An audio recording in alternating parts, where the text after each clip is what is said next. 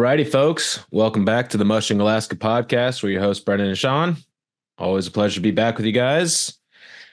This week's episode, we've got it was a fun interview with Emily Robinson, and we'll kind of talk a little bit more about that on the backside of our intro here. But it was fun getting to chat with her, and you know, I'm sure you guys will enjoy kind of just hearing her and what she has to say about stuff. But anyway, Sean, how's it going, brother?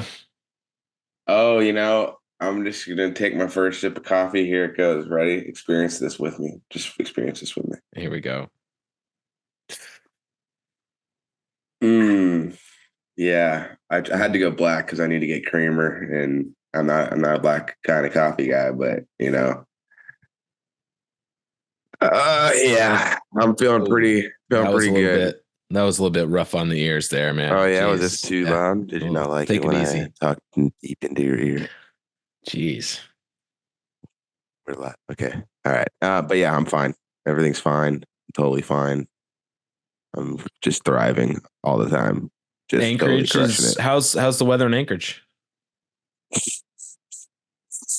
Um, the weather is cold. For Anchorage, it's been I think this entire week the lows are below zero, and Nice. it was.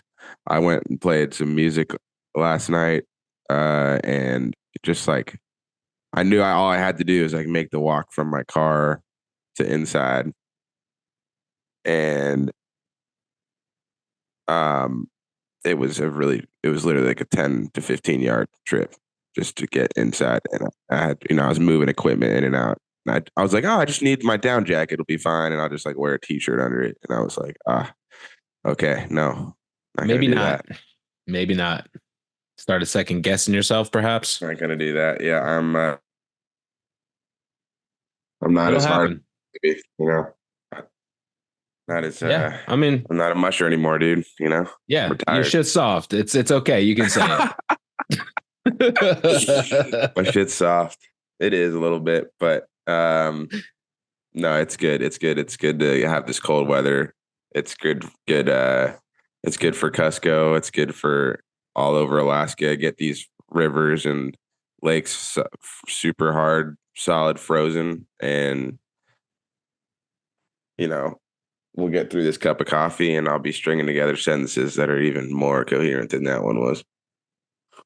All right. Perhaps bigger gulps, or just going to back there. Just experience this with me. Just experience this brain fog. All right, we're doing good. Yeah, no, and that's honestly part of why I wanted to ask is because, a lot of this intro will talk about the Cusco and from what I'm seeing, it's cold and windy, and folks are expecting a fast-ish race, I guess. And so, kind of excited to see what that does. I mean, the last few races that we've talked about have been generally slower conditions, and the finishing times have been slower than they maybe normally are. So, yeah, I'm curious to see what that does for this race. And yeah, I know we want to get into the Cusco with your warming up All into right, dude. I'm things. feeling it now, dude. I'm feeling Oh it. man, Oh, dude. whoa, careful now. Where do you want to? Yeah. Let's Where start are with you the thinking weather, about? dude. The weather, dude, is the biggest thing. It's cold as fuck, dude. Cold as fuck Fahrenheit. Sorry, Jason, the pastor from Glen Allen, for saying the F word. I'm sorry, but it's so cold. I'm looking at the official NOAA forecast. It says tonight is when the race starts at 8 p.m. So we start with that. 8 p.m. It's a really exciting uh, time to, it's a unique starting time. 8 p.m. You go, you know, right into an all nighter, and then race usually finishes Sunday morning. But the low tonight is in Bethel is minus 18, and yeah, that's minus 15, I think. So it says minus 15 ambient, right? But the wind is going to be blowing Oh, you got these official thing. 15 miles an hour. I just pulled up a quickie of Bethel, and this is So, what Google has.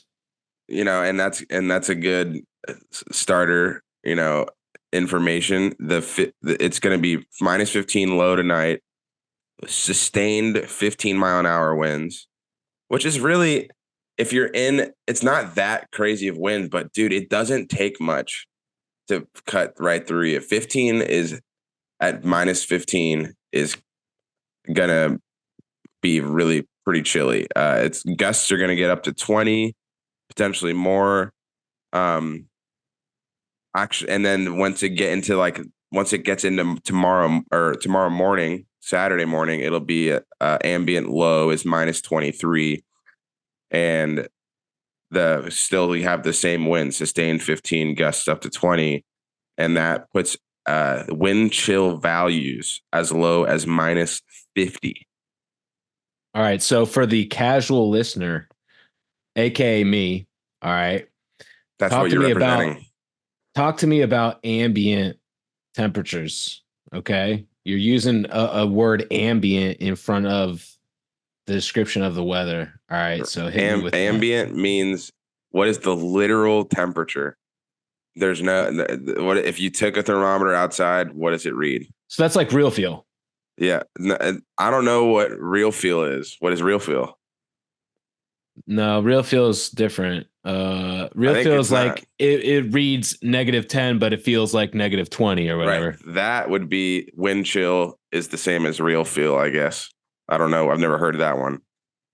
Um, but the wind chill is all right. Now you have an ambient temperature of minus 23 with 15-mile an hour wind sustained. That would be feeling like it's an ambient temperature of minus 50. It would feel like that, but it's actually minus 23. Is that how that And math works? Is that how you yeah. just add them together kind of thing? Oh, no, no, no. It's not you. You're not adding them together. The math I don't understand. All I know Well, is minus 23 ambient plus a 15-mile an hour wind, according to NOAA, is a okay, wind chill okay. of minus 50. I'm like, are So you just casually calculating this shit in your head, dude? no, no, no, no, no. Nice. Okay, Yeah. So so that without getting lost in the weather of this, like it's going to be freaking cold. yes, And at no correct, point that you can see, that I can see, is it really going to let up? correct. The Saturday night low is standby minus 28. Standing by. Actually minus 26 because my glasses aren't on, but minus 26 ambient. And it is going to be calmer that night. So it's supposed to be die down the winds down to 5 to 10 miles an hour, which makes a net effect of about the same wind chill, minus 45. And look, the thing is, I'm looking up the Bethel forecast. This is a 300-mile race. 1 mile of it is in Bethel. Okay. So things change in 300 miles of country. There's going to be places that I'm certain are colder than Bethel and windier potentially. So this is what we're seeing in Bethel. So it'd be interesting. I think it's going to be a really fast trail, probably pretty fast race, but like I think that there's going to be, some teams that start fast and potentially, since you are dealing with these temperatures, you're going to see maybe a one or two of those teams. There's just things that are outside of their control that, maybe there's something that you're going to be concerned as a musher. You're taking as many precautions to avoid frost nip in your dogs. And so a lot of these people are going to be putting Frost nip. or What do you say? frostbite. Nip is like a less Okay. extreme. Less. The frostbite is literally like rotten flesh. Like this is not going to happen with the dogs. Okay. Takes complete and total neglect from the musher. Frost nip is like the equivalent of like lightly, it's like a sunburn. And Okay. if you get like a good day in the sun and you didn't put lotion on, and you don't really notice the effects like as they're happening. It's kind of hard to see. You can see, for a human, you'd have your skin start to kind of turn white, and that's the kind of your first sign. Like you need to get that part of your body warm immediately. And it's going to be fine. You're not going to lose the limb or whatever, right? Well, with dogs, they're running 10 miles an hour, and the wind is funneling through their front legs back to their back legs underneath their chest and stomach.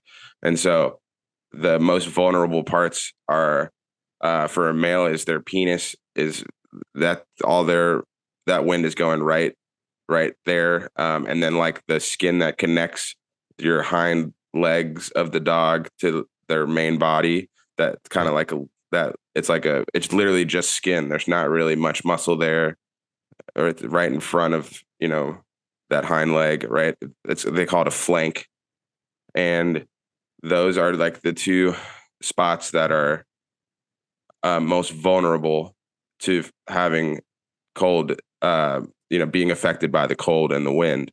And the dog jackets that the dogs wear have a flap that they put that does cover that stomach and the flanks.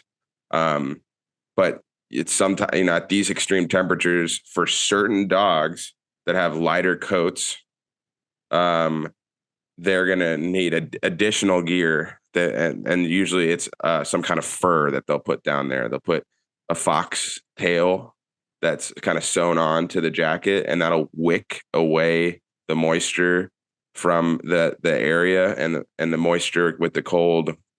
That's the combination that you see those problems with. So, you're going to see mushers taking those above and beyond precautions out there in the cold to keep their dogs and healthy and happy. And so yeah, that's something that every decision is at these temperatures is just so crucial, when it comes to not just take like what your dog's gear is wearing, but like their booties, like things, the what happens to the snow at these temperatures. It's much coarser, and it's like almost like sandpaper. And so, imagine just, it's not as extreme as sandpaper, but imagine like running on sandpaper for miles and miles. Like it's going to wear through your shoes and your socks a little bit more. So maybe you're changing your booties a little bit more often. And certainly they're going to wear quicker. So and then of course, like feeding these guys, they need more fat. They need a lot of fat, and you want to keep them hydrated. Right. So it's just, when you have a warm, snowy year, they can just be eating snow off the side of the trail. They might not need to drink that much water because there's plenty of water out there on the run. Warmer temperatures, they don't really even need fat. They don't need to have the protection of their stomach, when it's 20 degrees. But at minus 25 with a 10-mile-an-hour wind, you need to take those precautions. And I promise you, everybody out there knows exactly how cold it's going to be and are bringing everything plus the kitchen sink out there to take care of their team, take care of their dogs, take care of themselves, and get through this race safely. Dude, I love that, man. I was not expecting you to go down the frost nip. I was just thinking frost like nips, my nips are hard or something. But Oh like, what are my you God. talking about? Frost nips? What? Oh, dude. So thank you for the So clarity yeah, there, first of every all. time you stop, seriously though, like every time you're stopping your team for a snack, you're gonna be checking their dicks, you're gonna be checking their flanks, and making sure that you're not seeing that white color on their skin, um and making sure that it's covered properly, and constantly checking that stuff. That's Musher's responsibility. Yeah, that was actually, I'm glad you asked that because I was curious how often they check it. So that makes sense. Every time they're doing like micro breaks or snacks or whatever, they're probably checking it then. And then my other question is like, can you tell in a dog's performance if some of that frost nip is starting to creep in? Are they like, is that just something that you just have to keep an eye on? Like, Yeah, that's something. That's the thing, dude. These dogs are super tough, man. They're really, really tough dogs. I would think that you might not see them actually having like a reaction to an issue, and for maybe not for like one or even two, maybe three legs of a race after it actually is starting to happen. So you these dogs won't tell you that this is happening. So you really do have to be ahead of the curve, um, because it's similar like with an athlete. If you have like this nagging soreness or you like scrape your knee like in the game, and it doesn't, you just like can get up and keep playing, and then like the next morning you wake up, it's like scabbed over, you know, Right. and it's like a little swollen or whatever like that. And then you're like, oh, okay, kind of a little stiff. Right. So it's getting up after their rest. Yeah. One or two runs later, that's when you start to see the effects. But you really want to see it and deal with it as soon as possible. Um, because it can be causing issues for a long time after that if you don't see it. Right, you're gonna those now those places moving forward are going to be more susceptible and vulnerable to cold, in within the next 1 or 2 years, depending on the severity of the cold exposure. And I guess at what point if the frost nip becomes frostbite, is that when it becomes consideration for a dog to be scratched or whatever, or to be taken off, or like at what point does that nip become concerning to where you're like, all right, I got to drop this dog? Yeah, I mean, um, I think there's just so many things at play beside like but like if you're seeing, I would say that my experience mushing dogs at -30 is fairly limited, because you really don't want to do that. Okay, let me put it this way. Our group of dogs, when it was that temperature, we would usually not go out for extended periods of times on long training trips. And if there was a race like the Iditarod where those temperatures happened, you couldn't really avoid it. You're out there on the trail already. You then you're like, all right, like how can we make sure everything's going to be good with these guys? And I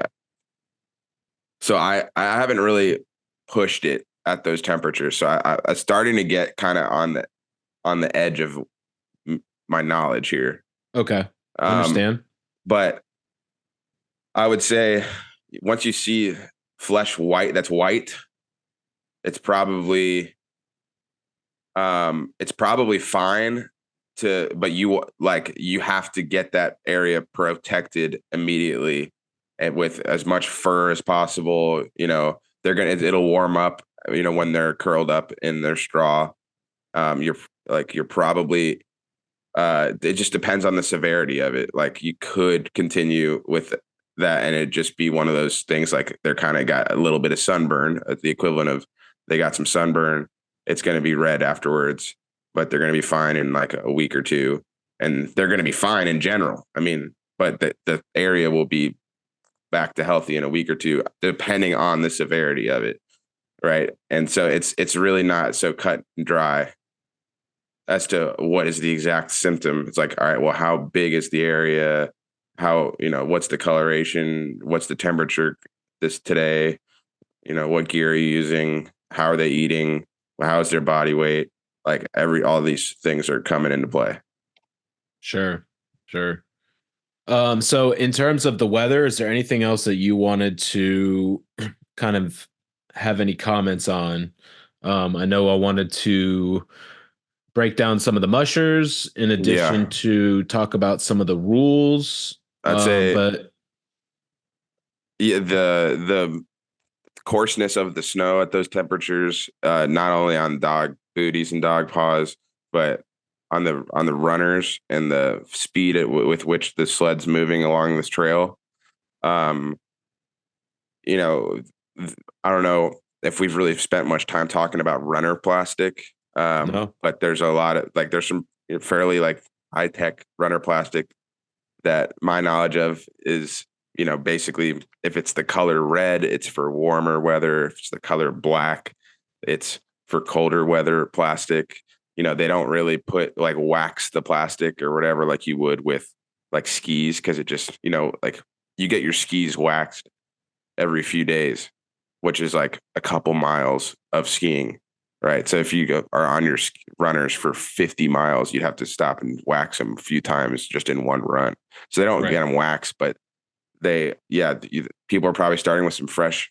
Well, maybe not. Maybe they're not starting with fresh plastic because you got 12 dogs and it's way too much power. Maybe you start with shitty plastic and then you put the nice plastic on once your dogs are a little bit more calmed down and it really matters. You know, whatever. There's some strategy into the plastic and trying to get if you put the wrong plastic on at -20, you are going literally like 1 mile an hour slower, which is huge, So that's something I'm sure that every musher's on top of, but it's just another factor maybe people don't think about.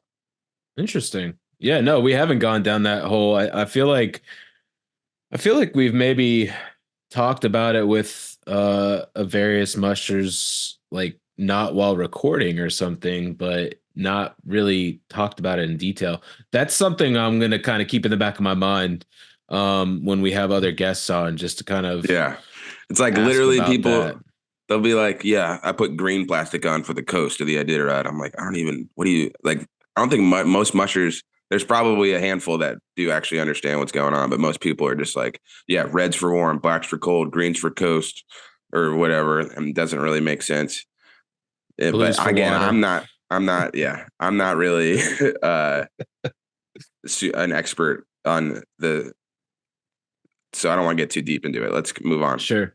Yeah, and the other thing I wanted to just say about the weather was it's cold, but there was an article I was reading that said that at the start in 89 it was 45 below. And then it was around 50 below, 48, 50 below at Kalskag with big wind, and 56 below when we reached Antioch.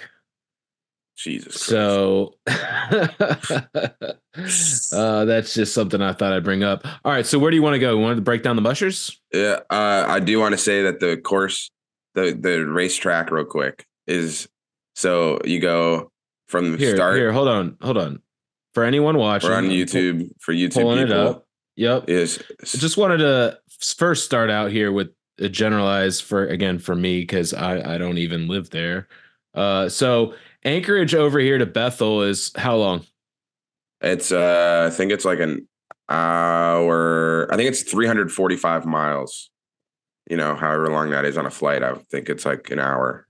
And But what this mountain range you can't drive through?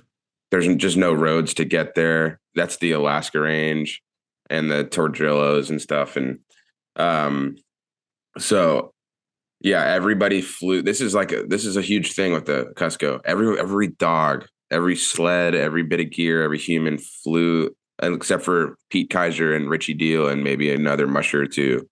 Or actually, there's like the Father Larson and Alexi and stuff. There's a number of mushers that are from Bethel and Antioch area, but um, they all most of the mushers flew their dogs in crates, like with Alaska Airlines cargo. It's a whole thing. I think that is a small factor into how your team does. Like, do they fly well? Like, it's a small factor. If your dogs are like, oh yeah, we do this all the time. Maybe there's like they start with their stomach right. It's a little bit. Sometimes it can be a little stressful, as anyone has flown with a dog might imagine. And maybe their stomach's a little off when they land, kind of thing. And that's just a 2% difference right there. So yeah, flying there, and then you start in Bethel. Tulak's the first checkpoint. It's just under 50 miles to get to Tulak. Almost no one's going to stop there on the way out. And if you are, it's a conservative play. And it is totally reasonable for those teams that are planning on finishing in the back of the pack. It might not be a bad idea to take a 2-hour rest. and keep your team strong early. And then you go to, they call it Lower Calskag and Upper Calskag. It's the same place, but you're going to it twice. So the lower, as my understanding is, the Lower Calskag is like the first time through, and the Upper Calskag, I think, is the second time through, right? So you get to Calskag, that's 100 miles in. So the race requires you to take a 10 hours of rest. 6 of them you can choose where to take, and it's going to be either Calskag or Aniak. And you split between those two typically.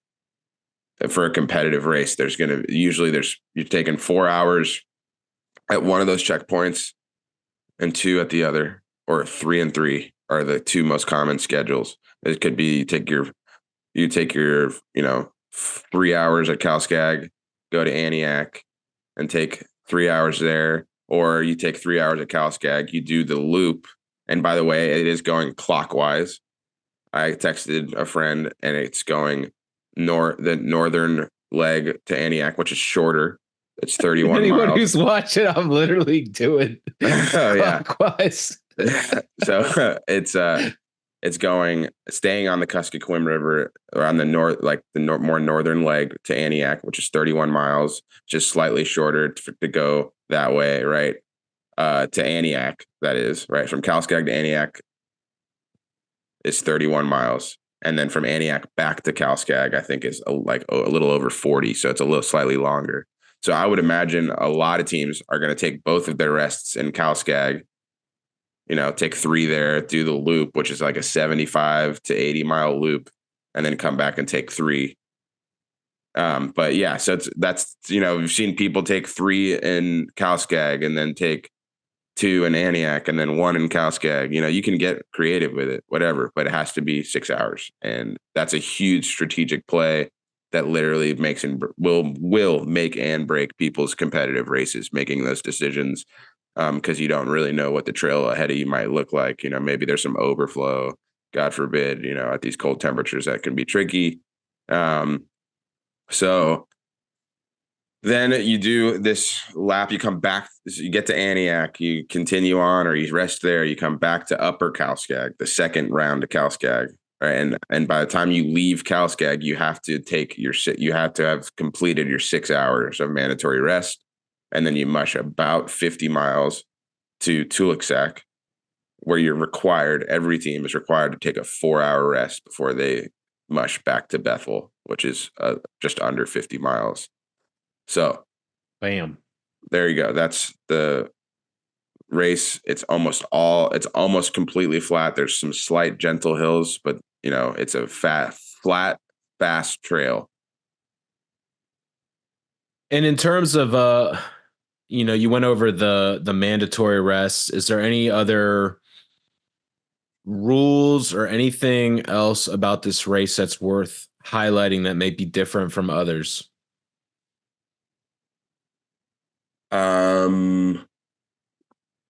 I think there's, like, every year it seems there's someone that makes a wrong turn right before the finish, and they call it the slough. And the slough, like on a river, is just like a branch of the river that's just kind of a dead end, or it's more still water. And there's a slough you can take that's like a total shortcut, like completely. It would be cheating if you like took the slough. So people are like, race organizers might be so out maybe there. Pete Kaiser knows that one, huh? Certainly, like every local knows, like, don't turn there. And the thing is, it's like a super commonly used trail locally. So people that haven't been there before, even people that are from there, I mean, they make that mistake, and because you're 298 miles into this race. And by the way, it's not actually 300. Almost none of the 300s are 300. In fact, shout out to Knik, which was actually almost a 200 race, called a Knik 200. Not the race's fault. It's just the way the trail happens to be this year. You're dealing with a dynamic frozen river. It just isn't the same every year. But it's closer to about just under 280. So yeah, watch out for that slough, at the end. And then if you do end up taking it, they'll probably knock you 30 minutes or something off your time. So yeah, but Nice. nothing out. It's just a shorter rest. This race has a short amount of rest. It's going to be an under 40-hour race for the winner. Nice. Yeah. I'm excited. It's But take and we're recording this the day that it's taken off. So yeah, you know, we'll see what happens. I'll be watching it, paying attention on the phone. Unfortunately, Sean won't be there, but I know Kale's there, so we can all be looking to check in on his coverage, and I'll certainly the be website, watching. of course, Kusko Yep. 300 website. Um, And then and KYUK, I guess I that's the think, local yeah, yep. Bethel newspaper has a there. local radio there. And I think I just want to say, like, the big reason that you can do this race and it be a 10-hour rest, and then you have the same distance for the Copper Basin and it be an 18-hour rest, literally almost twice as much required rest, is because this trail is pretty much flat and usually pretty fast. Sometimes it can be slower, but it's different country. And with the Copper Basin, the trails they're putting in are almost exclusively used for the race. So these trails are connecting villages. This is a unique cultural experience for mushers that haven't been out there. You get to go to Tuluksak, Kalskag, and Aniak, which are these.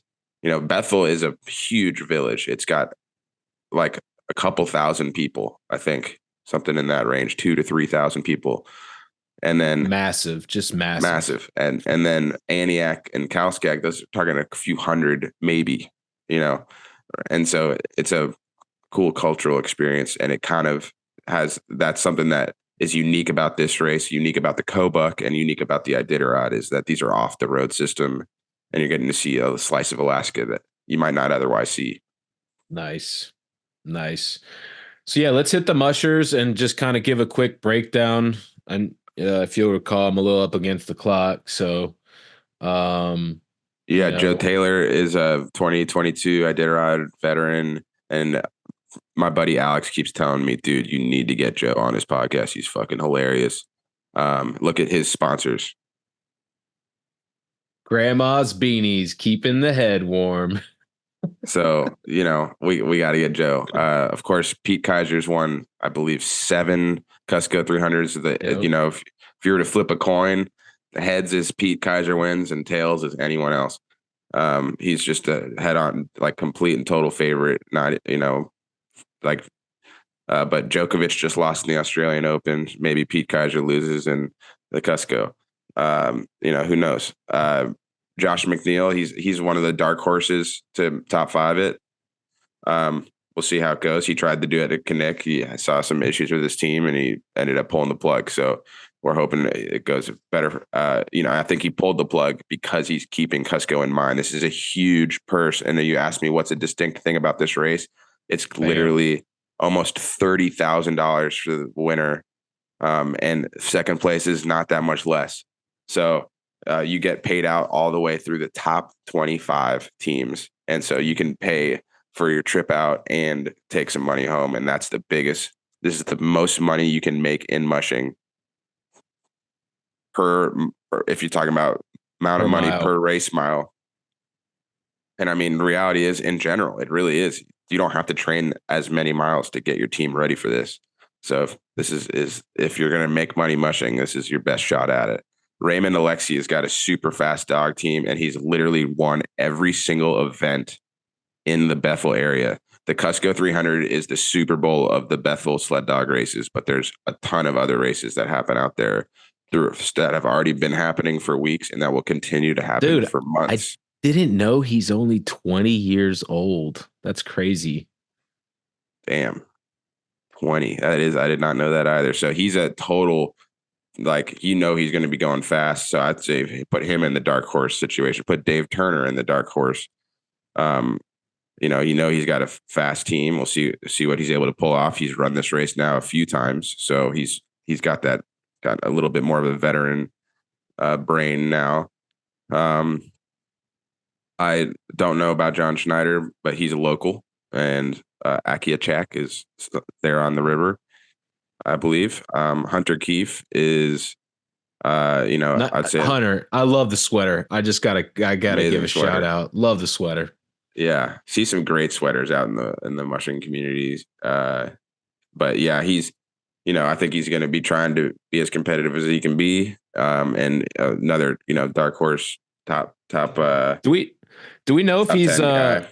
if he's running a young team or if he's got his He was Iditarod sharing team? about stuff on Facebook, but I can't remember exactly. But I Gotcha. think he's got some studs on it, some good boys on that team. Gabe Dunham. She's I'm not sure. I think that this is her. Oh no, she ran this race in 2022, and that is amazing. Ninth place in this race is no small feat. So I'm really excited to see what Gabe does. Really, because she's been really good at these distance races. So I think she could impress people. Father Larson he's been running all these races for a few years. 61 years old. He won the Akiak Dax literally 30 years ago. Right. So Crazy. this is kind of cool to see someone like him in this race. I think he's got a really good dog team too. So, just such a competitive race. It's insane. Matt Failer won this race. I think he has the uh, fastest Kusko ever Yep. record at like 38 or 39 hours. We could see that potentially beat this year. Um, Jessica Kleka ran this race before she was even 18. She's grew up in Bethel. Really excited to see what she can do. She's definitely a fan favorite. Richie Deal is probably the second, odds on favorite to win. He's been in second place to Pete a bunch of times and finished this race 14 times. He's been in the top 5 11 times. And didn't I believe he won this race like the COVID year. Uh, and 21. yep. And then Riley Dyke. We love Riley, of course. So really think that he's another guy that has like kind of a dark horse opportunity to crack into the top 10. Shout out to his kennel's name too. Yep, dark horse, right? Yeah, that's a good point. Katie Jo Dieter is in this race with her husband Jeff. I think Katie Jo might have the more competitive team between of the Black Spruce dog sledding teams, and Jeff is maybe running the younger, less experienced team and getting him around the track, get him to the finish line. So interested to see what Katie Jo's more a team of the Black Spruce can do. Jason Pavla is a local.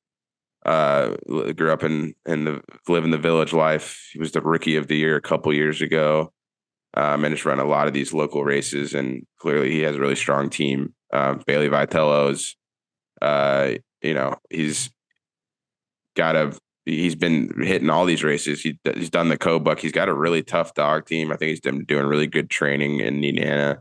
I think I'd be interested to see. This could be like his coming out event where maybe he does have a strong race. I think Dakota's got kind of on the more recreational level dog team, or you probably see him finish towards the middle and back of the pack, which is still a really impressive feat getting around this track at all.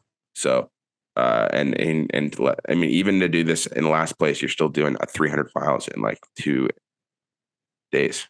I mean, so just keep that in mind. I think Ryan hasn't raced this race in like maybe I like don't think he has. a There's no decade and a history. half. I think that he's maybe done it like 15 years ago or something. So That's really cool crazy. to see Ryan out there. Um, I don't know who this Eb Ebby? Peterson, and he lives in Takatna and also in Norway is his hometown, but Takatna is on the Iditarod Trail. Oh, he's running Matt Peterson's dog, who's going to be running the Iditarod this year. Lev Schwartz, I guess, has a couple dogs on this team potentially too. But excited to see a face that I haven't seen in a few years, in my few years covering this. So kind of cool. Yeah, Jeff, like I said, he's running the B team for Black Spruce dog sledding and just trying to get them around. He's an ambassador to the sport. And so is Katie Jo, and excited to see his dogs get to the finish line there. Ramey Smith, he's been doing this for his entire life, and I don't think he has that many miles on his team maybe training this year, so I wouldn't expect him to be finishing, too high up there. But he's also a veteran and knows exactly what he's doing. So uh, shout out to Mr. Underwood, Isaac Underwood. People often ask me if I'm related to the Underwood Mushing family. His dad is, I think, Nathan, or maybe his son is Nathan. I'm not sure. But these guys live out near Bethel. Their kennel name is Underwood Kennels. So yeah, maybe we should have them on sometime. I'm interested to see how they've usually finished towards the back, but I think I've seen them do a little bit better in recent years. But again, finishing this race in any capacity is a total accomplishment. And Travis is definitely going to be gunning for it. So you'll see him out front early. And he's the last musher to go. This was all in order, yeah, by the way. Yeah. So yeah, I guess he won't be out front early, the back end of the trail. He's going to at least be having fast run times early. Let's put it that way. And we'll see it. You see how his dogs react to a fast first 100 miles, and you probably see him up there. So taking Pete Kaiser out of the mix, who would you say is your clear-cut favorite? Matt Failure, Richie Deal, Travis Beals. Okay, gotcha. And then you mentioned Alexi, several that 20-year-old dude. Yep. Yeah. So I mean, this is just insanely competitive race. 23 mushers. I think if you finish this race, I'm pretty sure you're in the money. So that's kind of cool. So just finish the damn thing and you get 2-3 grand. And that almost covers your cost for flying out there if that's what you were doing. But yeah, super competitive race. This is to me, this is just as exciting as I did ride in a lot of ways. It's just bang, bang, bang. It starts Friday and Sunday morning. Like, you should be glued to the trackers all weekend. Let's go, baby. Anything else to say about the race before we transition? There's fireworks after the start, which is kind of crazy. Nice. The last dog team leaves and they have fireworks. It's an awesome community. And if you ever get a chance to go to Bethel for the Kusko 300, take that chance. Nice. Yeah, we'll have to check out some pictures and videos and see the fireworks. So yeah, real quickly, this episode, we're interviewing, we're doing our interview with Emily Robinson, and man, we had a great time recording with her. She was real fun to talk to, and it's crazy that she's just 16, so it's just like she's had a lot of success in her young mushing career. And so it's just nice to hear, I guess if we think about our guests, like she's like far and away the youngest we've had on. Like, I guess Josh McNeil was 28. Like, have we had anyone younger than him? 29. Yeah. Probably. How old is Riley? Similar, 30 something. Yeah. Same with Amanda, right? Yep. All in the Laura 30-ish range. Laura's around 30, maybe 27. Yeah. I don't know. So she's like head and shoulders the youngest person we've had on, but it was, man, she's like so experienced, and that's very it's very apparent in my eyes, at least. And just like it was fun. I don't know. What's your thoughts? I think it was like a super engaging conversation. I think all three of us were just, a little less brain fog than I've had at the beginning of this episode, but I did wake up. I told you. And, and, I think it was just super fun conversation. I'd never really had a long chat with her until then, so it was really cool. I've seen her like a bunch of times, and it's just like it's at the race start of something always. So it's just like, hey, Emily, and hey, Sean, I've been listening. And she was fun. We like talked about her for the last year, and I think at the end of the episode, she's like, she's like, Yeah, oh, I've been listening. I was listening, yeah, because we might have said something that was like not quite, I don't know what we said. Something I'm scared. I Like, don't know. imagine if this got like somewhat big, this thing, and like how like in like People will more go famous back and podcasts, they like, like yeah, edit together like a minute long thing and it becomes like viral or whatever. Like yeah. if someone were to just go in and like take a minute long clip from any of the 35 plus episodes or whatever, I'm scared to see what they would find, Oh But yeah, God. Emily, there was something we said like, it might have been something along the lines of like, she's like only 16. She's not going to fucking win this thing. Right. And we might have said something like that like a year ago. And then I'm sure she was just listening like this, Brendan and Sean, those little bastards. We literally we said that she's not going to win races, and now she's winning races. So like, hey, I think that was a win for Did we everyone, say that? right? I mean, don't know, but I don't know. I'm I going to don't think take we it and did. run with it. I don't Yeah, know. maybe I don't we know. did. But Who knows? she's got an But amazing dog team and an amazing support system is a super big part of it. Her family, it's an all family thing. yep. Uh, and, as she is aging out of the junior mushing scene, she has, I think, she's still 16. She still has a whole another year to run Yeah. junior Iditarod and win the Knik, defend the Knik 200. Well, the Knik 200, she can run forever, but yeah, she's still only 16, got another year left in the junior circuit. And then her brother is going to be, I think he's 12. So, and he's been mushing his whole life. And then he'll have the same dog team and a couple new dogs and be able to. So we're going to see the Robinson name in junior mushing for a long time. So, Hey, do you know their mom's name? We mentioned I totally Walter a blew it. few Yeah. I have times, no idea but at all. she deserves some damn credit, She okay? Because does. like Yeah. I hear Shout out to mom. Walter, and shout out to Walter, rightfully so, right? We joked about like people in the know call him Wally, but we haven't officially like met He him. We hasn't haven't told me gotten the that yet. I handshake. want to get the Wally. I Still want him to be Walter. like, yeah, it's still Walter, but his dad's name is Walter. So maybe he prefers Wally. I'm not I don't sure. know. You would have to find out. But anyways, I want to also just give the shout out to her mom as well. And it was funny. It was like you see and hear Emily, but like we were kind of doing it with her parents there too. So it's just like we talk about being an all family affair kind of thing. And then after we were done, we kind of were just chit chatting, and the brother walked in and he kind of like started chatting with us too. So it was fun, and I think that you guys will really enjoy this episode. Do you got anything else you want to add, Sean? Let's go, baby. Let's go. Alrighty, folks, y'all enjoy.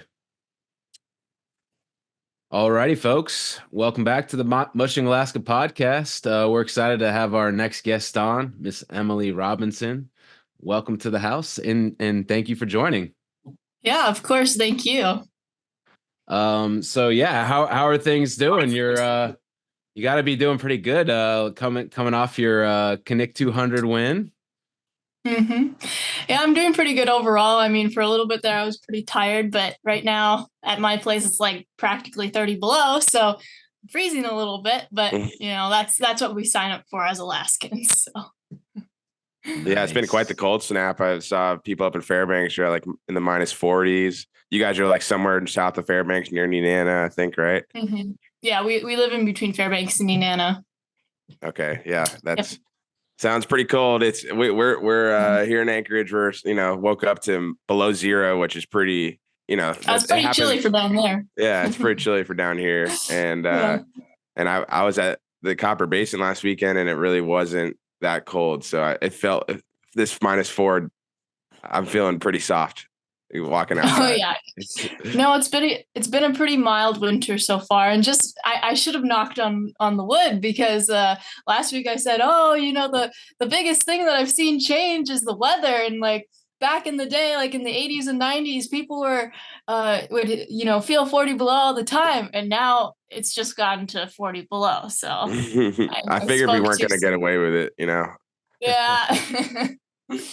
Yep. It's funny to hear you both talk about weather. Like here in Atlanta, it's kind of been Yeah. it's kind of been cold for Atlanta standards, and like barely got into the 20s or whatever. Everyone's like freaking out, and I'm just like, Sean has hardened me by moving to Alaska. So like normally I'd be Right. like, yeah, this is really cold, but I'm like walking around and everyone's like freaking out, like it's gonna be in the single digits, and I'm like, it's not that bad, guys. It's gonna be okay. So just We've taught Yeah, you well. you live in paradise.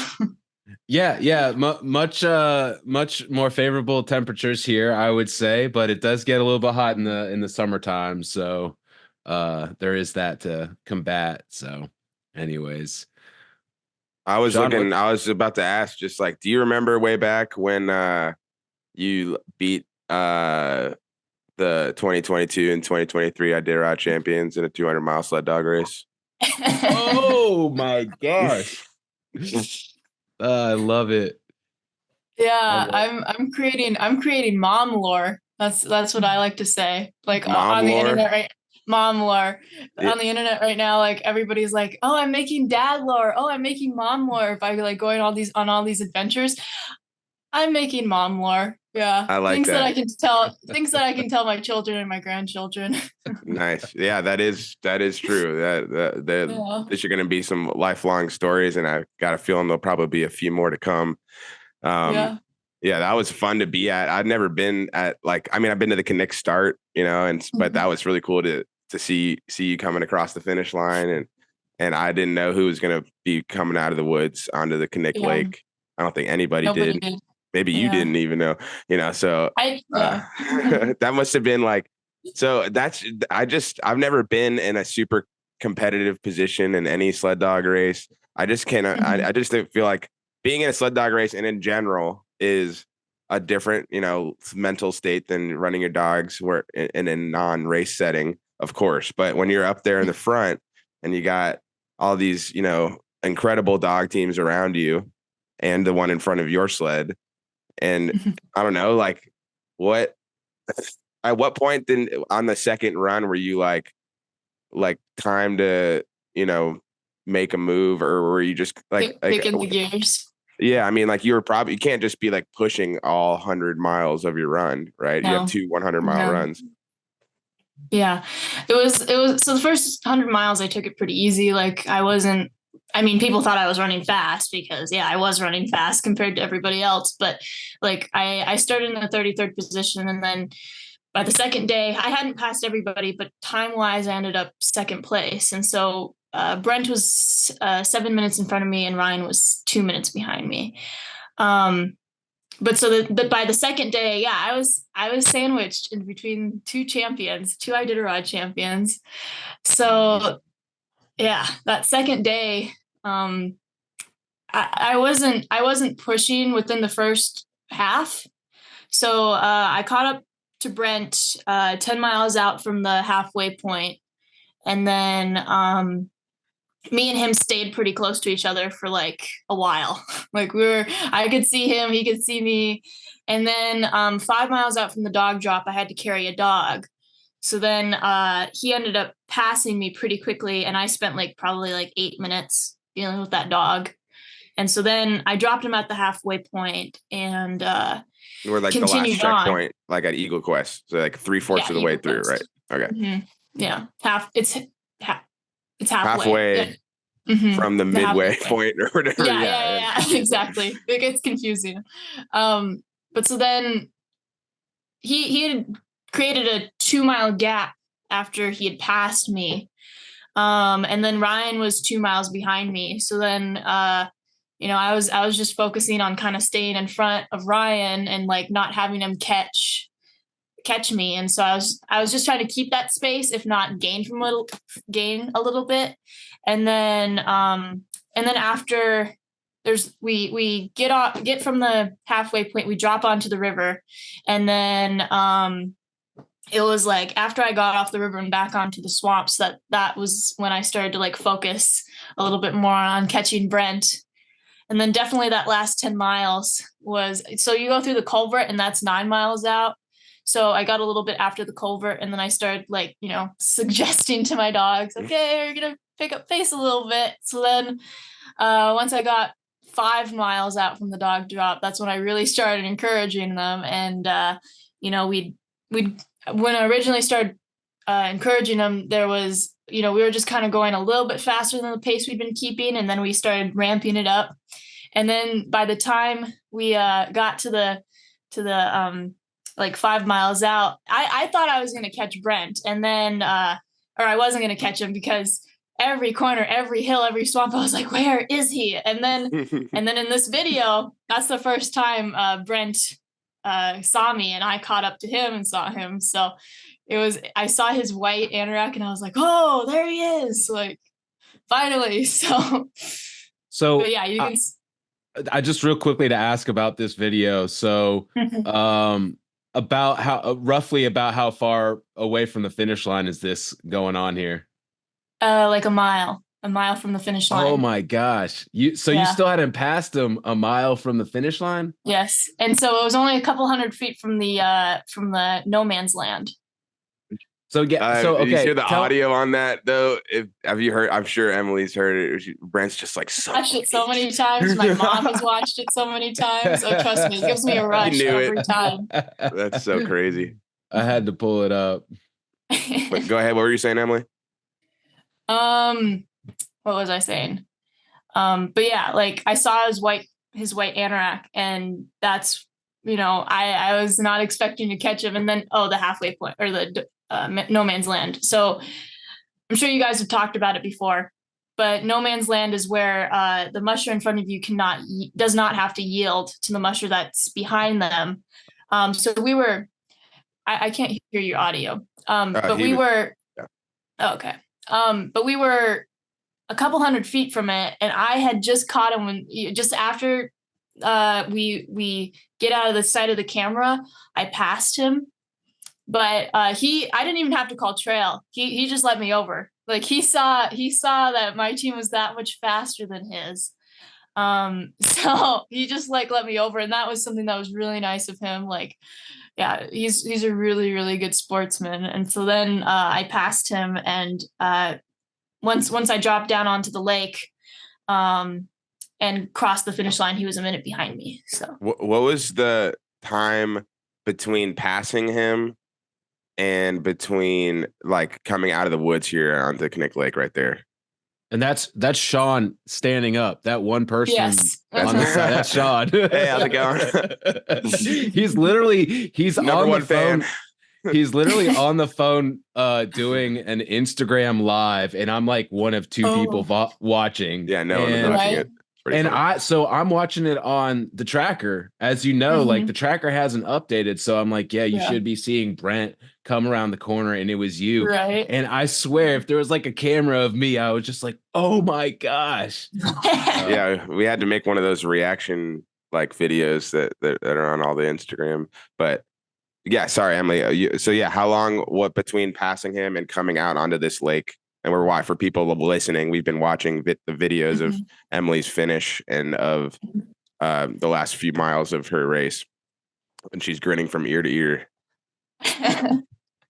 It was probably like half a mile or less. It wasn't that far. Like, so there's Malamute Run, which that was the no man's land point, and so then after I went through Malamute, and there was a couple other driveways, and then there's like this, I think it's probably a museum or something, but it's like this red building. And so you go around that corner and drop down onto the lake, and then you were there, Sean. So yeah, it was not that far. That's crazy. The 199 miles you were losing. Exactly. 199 and a half almost. Yeah. That's just so fun to see. But even in your mind, from a fan's perspective, you were still winning. Like, not before you passed Brent, but like, you had to be like finishing second in the Knik 200 in the first time that you're doing a 200-mile race. Like, you were already winning. And then having that happen to me is just like, oh my gosh. And like, kind of like a photo finish, if you will, like, just, a lot of times when Sean and I are talking about various races, it's like, so-and-so wins by 2 hours. It's not really like, it's not close there at the end, but that's kind of what's made like watching you exciting, is that it's been close this last one too, Oh yes. Yeah, no, I've on record done quite a few close finishes. In the first junior Iditarod that I won by 6 seconds. The Yukon Damn. Quest 8. Yeah, exactly. And Were then the you Yukon like Quest. were you like getting gained on, or did you pass in the last second, or Well, like so the first junior Iditarod that we is did, that 22 or what is it? yeah, 22. Okay. So that year we weren't running the original course; we were running on the Denali Highway. And Oh, so, yeah, and so it was a kind of like a sprint race format. So we went out the first day. It wasn't an original like 75, it was like 64 miles. And to so we the went a little bit, lodge. yeah, we went a little bit past Jesse Holmes's place and then turned around and then came back, and then we loaded up our dogs into the dog truck, and then stayed in a public school, which actually ironically was the first time I've ever been in a public school because I'm homeschooled. So just sleep in that building, I was like, oh, this is like kind of ironic. This is what it's like. Yeah, this is what it looks like. This is what a school is like.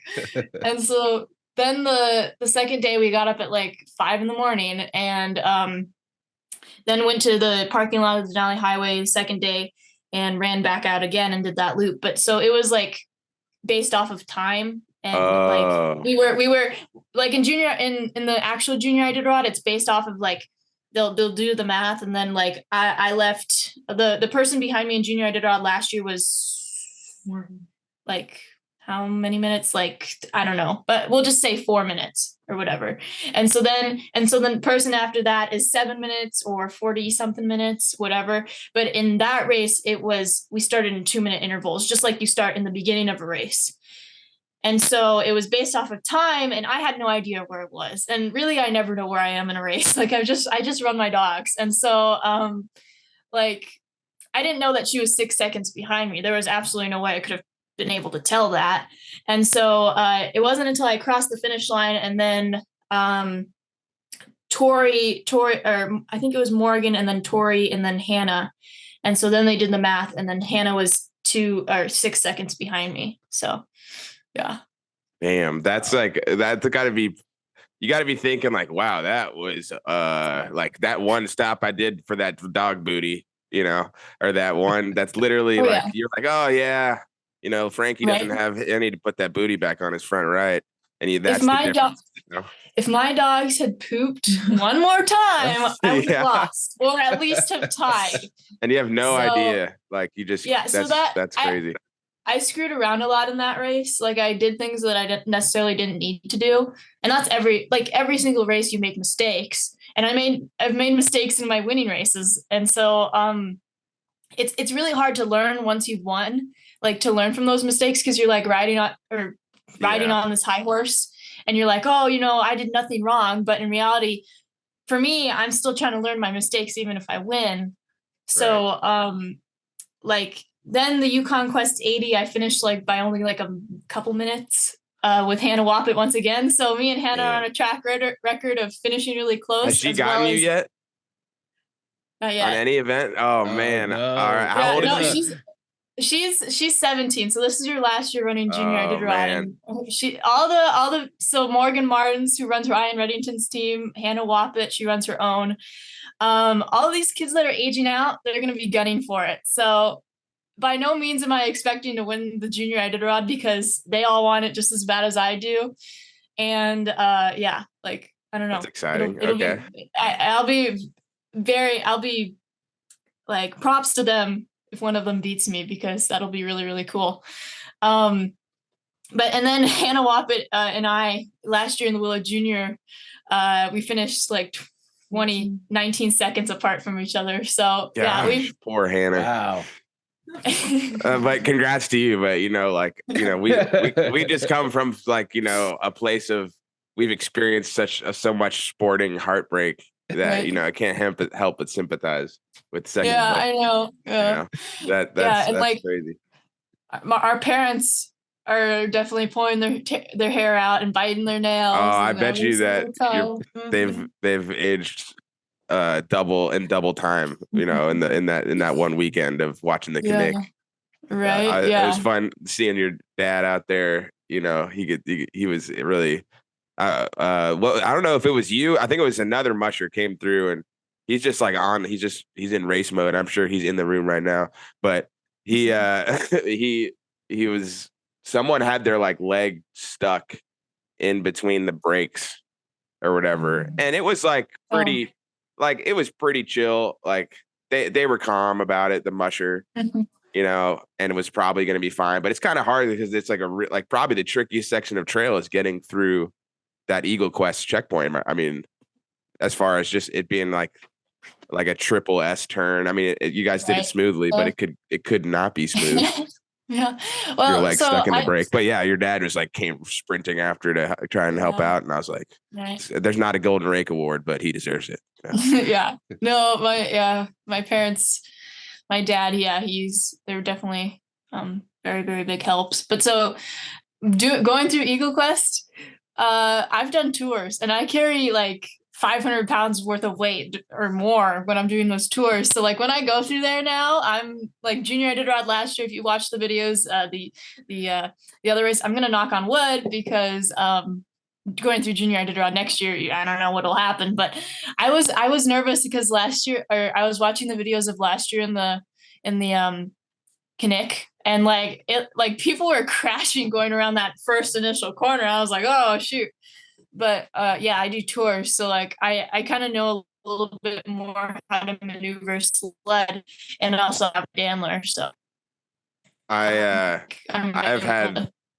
trained out there on the Eagle Quest area. I have had a devastating sled crash in that area. So yeah, I was impressed because really everybody totally crushed that section, which is certainly as tricky. And it was always funny because like you don't have to stop there, and like I don't think everybody knew that. I don't know if you knew that the first time you went through. I did. Okay, yeah, it's like you're not messing around. I'm trying to gun it for first place, but a lot of people didn't, and they're like, do I need to stop? It's like, no, you don't need to stop. It's like, do you have a dog drop? No, I don't have a dog drop. Okay, all right, sounds good. And it's all happening in like 4 seconds, and they just keep zooming through. Right. Yeah. It's very funny. And I didn't. So in the Knik, you can take a 14 dog team. I only took 12, and then when I finished with 10 dogs. So like I didn't. 14 is pretty scary. It's like I do it on the Denali Highway when it's a highway, but I'm not necessarily willing to do that going through those areas like more closer to the finish line. Like leaving the first day and leaving the second day when it's like 2 or 3 o'clock in the morning and having a 14 or however big of a dog team like that. It was intense the first day with just 12 dogs, and right. I wanted to just be confident and just in control, just take it, have control. Yeah, exactly. Be able to stop the team, certainly. Yeah.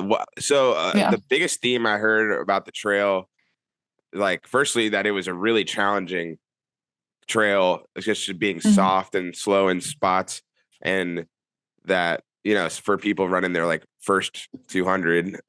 Not unlike yourself, that was like a pretty, like not a layup of a race, certainly, and that like the 15 miles closest to the finish or the halfway point or the start, whatever you want to call it, to Knik Lake, those 15 miles are like nice and hard and fast. They were, and then the rest to Eagle Quest, which I guess would be like 35 miles or whatever, was pretty slow going. Right. What do you think? No, you're right on that. So like the first like 15 miles, it was a pretty nice hard packed trail. But the thing is, that first 15 miles, no matter what, you have those hills and stuff. So you're going up those hills and you're going around those corners, and you're having to slow your dog team for those reasons, as well as what do they call it, Suicide Hill, where you're going up that really steep one. And so like you're slowed down regardless if it's a fast or a hard trail, or a fast or a slow trail. But that section was faster than once you got onto the swamps. They called it the connecting trail. And so there was it was horrible. Yeah. I was grumbling under my breath like an old man, just like, this. And so but there was like these trenches, like not that wide, like maybe that wide, and they were like 3 or 4 feet long. And so you're like one sled runner would like sink down into that. And so you like your body weight is completely off balance and you're having to ride your handlebar practically like this. So there was those, and you'd constantly just be dipping into them. And you don't have a tail dragger, right? No, I don't. And you don't, and how far back like behind your feet does your runners go? Maybe like 2 feet. So like Less. There's not like space really for a tail dragger on that sled, right? Or is it's there? A Danler, so no. Okay, right. There's no tail drag. So like when your sled sinks down, like the runner goes like below the snow, and then your foot gets kind of like pushed off the runner, and then you don't have like, I mean, I don't know what's better, like as far as it's like your foot just slides right off. Now you're only on one foot, and you got to make that quick adjustment. But then if you have the tail dragger, it gets sucked underneath that. You know, it's like no, there was. I don't know if my foot necessarily slid off the runner, but there was definitely times where it like threw me off balance. And like sometimes I'd be like on the phone or whatever with my dad, and then I'm like, I'm trying to like do this, and then like on top of that, there was also like these they weren't tussocks, but they were like these dips in the trail. And so like those dips would get soft. Moguls? And so you're just going through that, and it was a pretty not moguls. No, not tussocks or moguls. It was just like dips in the trail. And so you had those dips, and then sometimes there'd be the trenches in the dips. And it wasn't easy because it was like a newly broken out trail. And I don't know if like the like tail drag or drag mat that the person was using was like creating those. But yeah, that section was pretty tough. I mean, the river, like after you get through Deshka and stuff, the river was pretty smooth, but yeah, it was when you're in those swamps that it got really soft. And it was also really warm. So yeah, it was warm at night, which was crazy because it was like kind of like a nice temperature in the morning Saturday. Right. And I'm thinking like, all right, it's kind of warm in the afternoon, but like it should die. And it was like super warm at like midnight. I was like, whoa. Yeah, I know. Crazy. It wasn't fun leaving. I had my thin wool hat on. I had like, you know, all my warm weather gear on. But yeah, I like towards the finish line when I was working towards Ketch and Brent, I took off my hat, I took off my gloves, my neck warmer, I took off my jacket and wrapped it around my waist. My pants, my snow pants, they unzip like down the legs. So I unzipped those, and it was very hot for me as an interior girl. Like, the seeing your face and Brent's face and Ryan's face and Travis's face and Amanda's face. We're all, by the way, having their own race. Yeah. And just as hard as those top five, that was like crazy to see.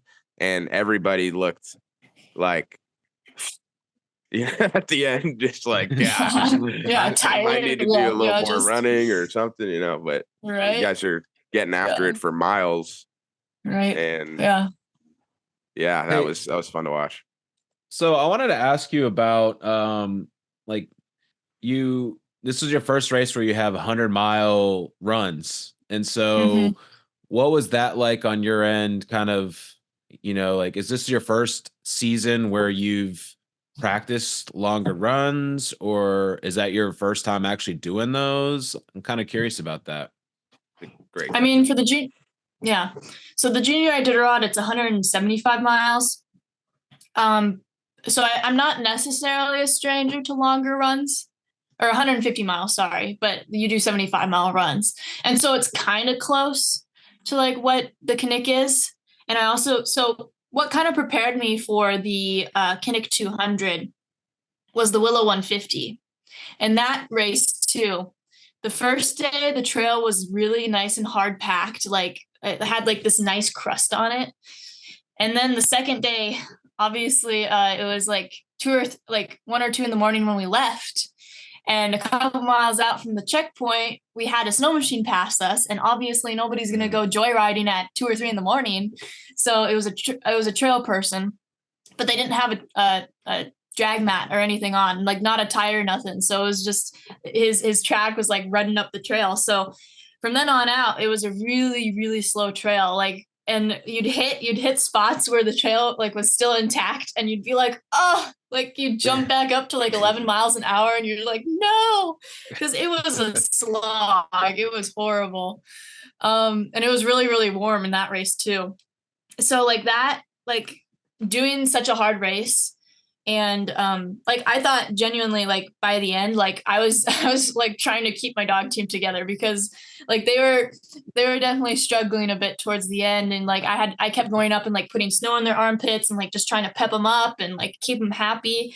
And so luckily we did finish, and my dad and I competed in that race, so like I was with him, and he was like correcting me on some of the mistakes I made, and I wouldn't have been able to navigate that trail by myself. Like that trail, it's not necessarily made for junior mushers. So like it would have been pretty intimidating going out there all by myself. But so doing that with my dad and like learning that really prepared me for like the Knik 200, because I knew what a really bad trail looked like, and I knew how tired a dog team can look. So like I was still grumbling under my breath in the Knik, but I'm like, almost all dog races, they're going to have sections of trail that aren't going to be great, and that's just inevitable, and that's something you just kind of have to deal with.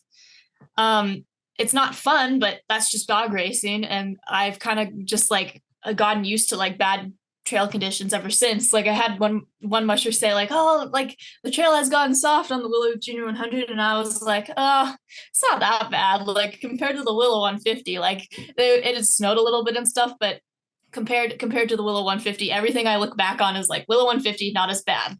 So what year was that? That was last year, so 2023. Okay. Yeah. Yeah. And that kind of spills over to like,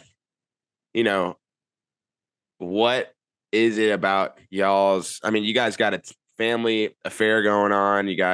Saw your brother out there a couple weekends ago. Of course, your dad and your mom's in the room, I guess, too. Yeah. So you guys have been training dogs, this group of dogs for quite a few years.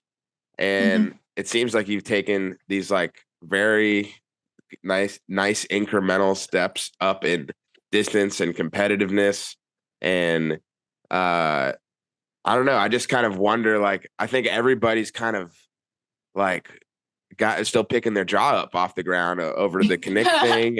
And like, it's just super impressive to be beating these, what are considered to be the best sled dog teams on the planet for mid distance. Yeah. And I'm guessing the answer is just a little bit of everything of you haven't gotten your experience. The dogs haven't gotten their like accumulative training in this year's conditioning. But like, what do you credit, the your dog team be able to do this, run this speed for this distance, and you did on your first try. But I mean, you've done a 150, it's just like a nice small jump up. And so it doesn't seem like you're reaching.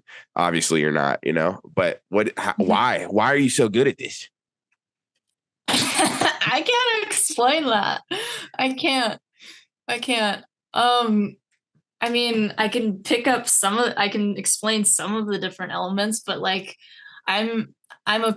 once I get out there, like not on training runs or anything, like I'm not a mess on training runs, but I'm like, I daydream like any other musher and just kind of like, okay, like doing a training run. But like on a race, you can see in my starting photo of the Knik, like for this one, I came into a different mode, and I was like, okay, I'm competing against these set of people.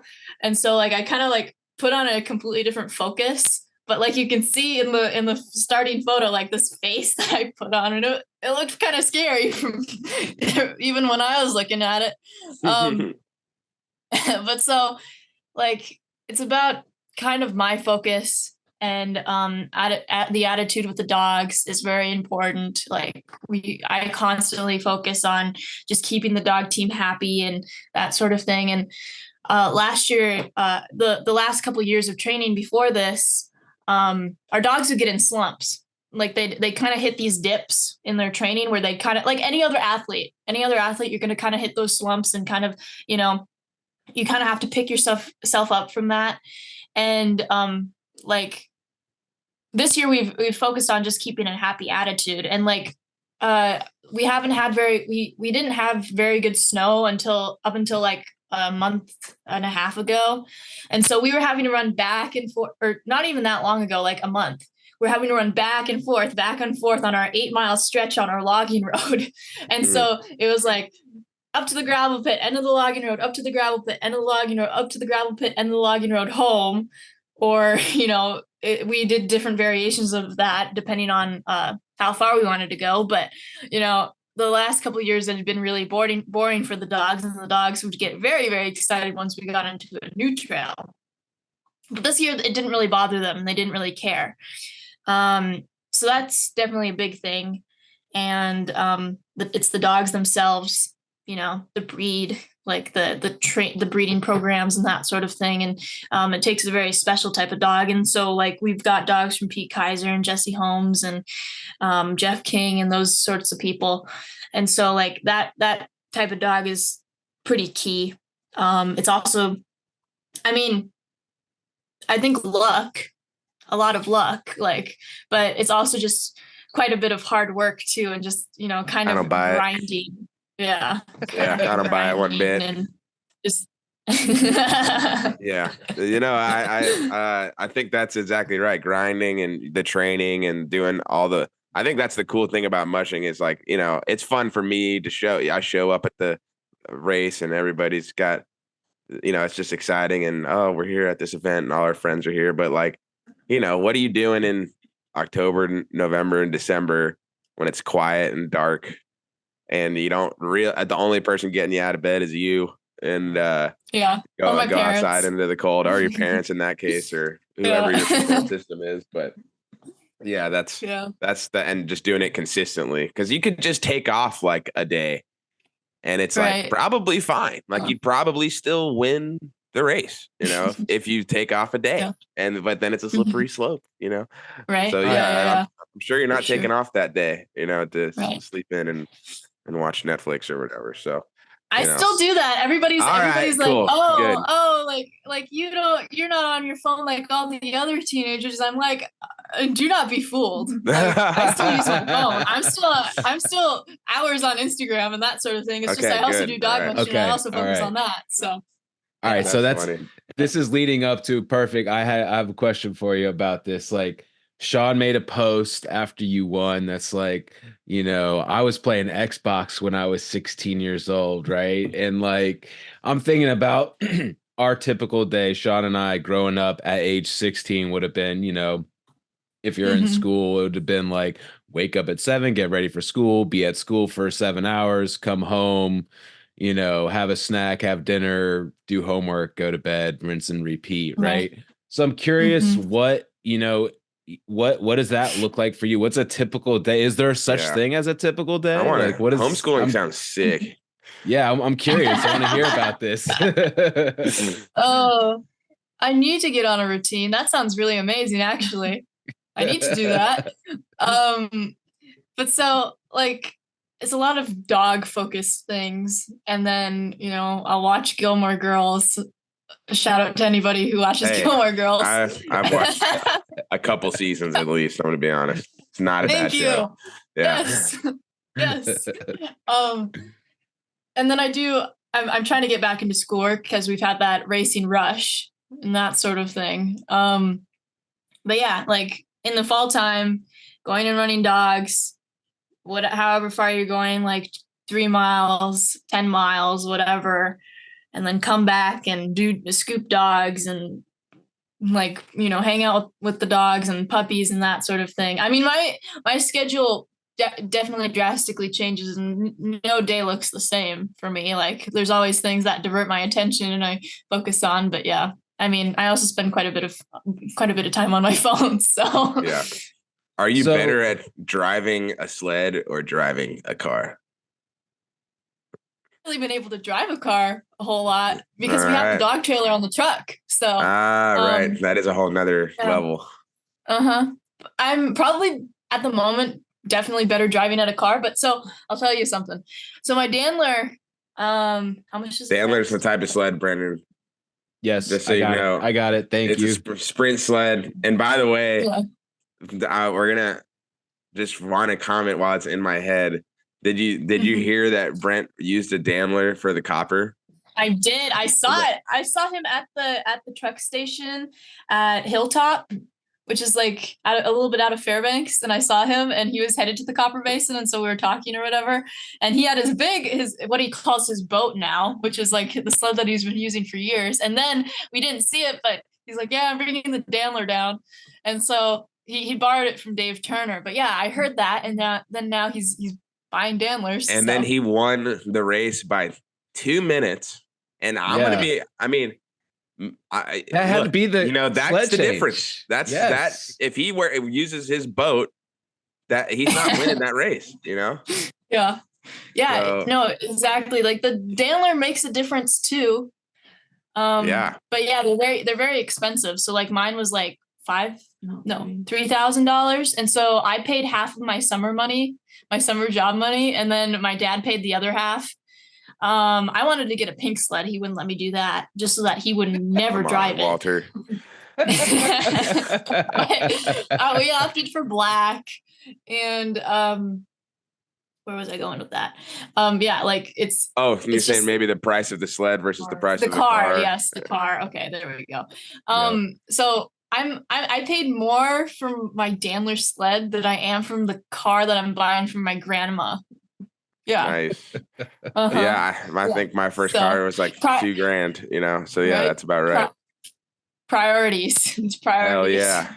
That's right. You got your priorities straight.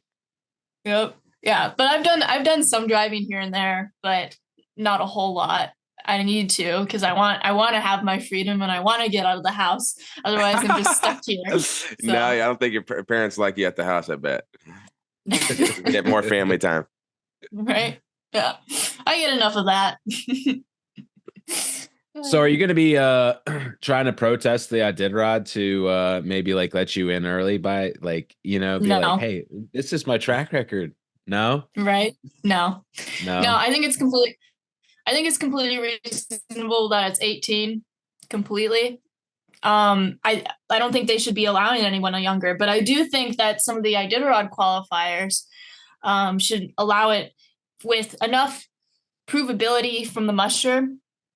They should be allowing them to run in the 300s, because if you don't do your qualifiers until if they don't allow some kids to run until 18 years old, then you won't be able to run the Iditarod at 18. Right. Unless you're willing to run 3 qualifying races in 1 year, which is a lot. So it would set you back until you're like 19 years old. So yeah, I think the qualifying races should try to change it. But I think the Musher needs to prove themselves in some sort of capacity, like maybe run a couple 150s or at least 1 200 or something like that. But I think kids should be able to get their qualifiers in. Yeah, is the Kusko maybe the other race that could allow juniors in sometimes? Yes. And that one, unfortunately, is a real logistical nightmare to get there. But yeah, so they let Pete Kaiser, like the kids that live around there, they're not kids anymore, but Pete Kaiser and Jessica Kleika, they were able to get into the races when they were younger and run those. But you'd have to get an exemption for that. And the Kusko, but, I mean, like that'd be. Not, you could totally do it, but man, that's like not, it's not an easy 300. None of them are, but I mean, certainly the Willow 300 would be like the next, 300 step, I would think. But then the Willow just will still, it still kind of ends up being really hard too. Yeah. So, but they all end up being hard. Yeah, I think they do, any way you put it. And I think they're gonna start writing the Emily Robinson rule. It's probably what it's gonna end up. Robinson rule. We love a good alliteration. So that was what I was gonna say about Brent getting the Daimlers. Is now I'm creating trends within the Mushing community. I feel so special now. Like. Yeah, well, it's funny. Like, what was it's funny to see, like, everyone was fully aware that you were like a serious competition. It wasn't like you showed up and like no one knew that, like, they're like, what, who's this Emily girl? Mm-hmm. Like, everyone knew that you had a badass dog team. And then So they were all like, you were on their radar and you still beat them. And so it's like, yeah, they're like, all right, so what is this? All right, what is this girl using here? All right, what do we got? Let's look at the situation. Like, let's start with the sled. All right, that's something I can't change. I can't get her dogs, so her sled. Aren't you undefeated? You've only won this. You haven't not come in first. Oh no, right? no. Dave Turney, he beat me in the Alpine Creek excursion. So he broke my record. He set a record in doing it. And he did. Yeah. That's the thing is, if last year I had set the record, he would have immediately beat it. So yeah. That was Dave Turner got to the lodge in under 5 hours. Yep. Pretty crazy. Yeah. Another trend that I'm going to try to set, I'm trying to petition, is everybody start eating baby food on the trail, because that would look very interesting. Yeah. Wait, that's my thing. That's my thing. You eat baby food on the trail? Baby food pouches. So baby like the tropical fruit ones, or like the ones with like the berries. Like Brendan, this is your level of expertise. Amazing. Why don't you just take over here? Because I'm totally lost. Yeah, I mean they're easy, but I was like, so did you go that route because it's easy and like you don't have to like worry about it, or were you like nervous, or was it like why those? Well, we've been experimenting for years with different types of food. So like at one point I was using those like old people like chocolate milk things with the protein and stuff. Those are disgusting. Like the Musher or whatever. Old people chocolate protein drinks. Oh my God. I feel so old right now. But yeah, so like I took that advice from Jody Bailey, and then what else? I tried, I take Kit Kats, cookies. I still take those. Huge fan. Just a frozen Kit Kat just slaps, dude. I mean, it doesn't have that much protein in it, but it's not about that. No, it's not. It's about. So actually, have you heard that the wafer in the Kit Kat is actually ground up Kit Kat? Yes. What? Yeah, yes. I saw that online and I was like, what? That's brilliant. Wait, so then, but eventually there's an original Kit Kat in there, right? If you do them, because like the ground up Kit Kat. It's kind of like the chicken and the egg. Like which one originates? Yeah. Like it's now like, become like that. There has to be an original Kit Kat, Yeah, exactly. Yeah. Wow. I have a lot to contemplate after this. It's so funny hearing like, you would think that maybe nutrition is like the food selection of mushers is better, but like every time we have this conversation, everyone's like, it's never anything that's really good. I guess these baby food packs or whatever are the closest thing to healthy, but they're probably easy to like thaw out is a part of it. You don't like for example, I really want a Snickers bar out there, but it never goes well. The caramel freezes up hard. Yeah. It takes like 30, 40 minutes to thaw out in my jacket. So the Kit Kat, you don't need to do that with. The baby food probably thaws out pretty nicely. There's other or things. Or you could just cut it. You could slice it open and just chew it like, like a popsicle. Okay. Probably. Yeah. All right. Yeah, all right. I mean, this is new. So, I'm still experimenting with it, but I got it from Joanna Jaghouse. So shout out to her.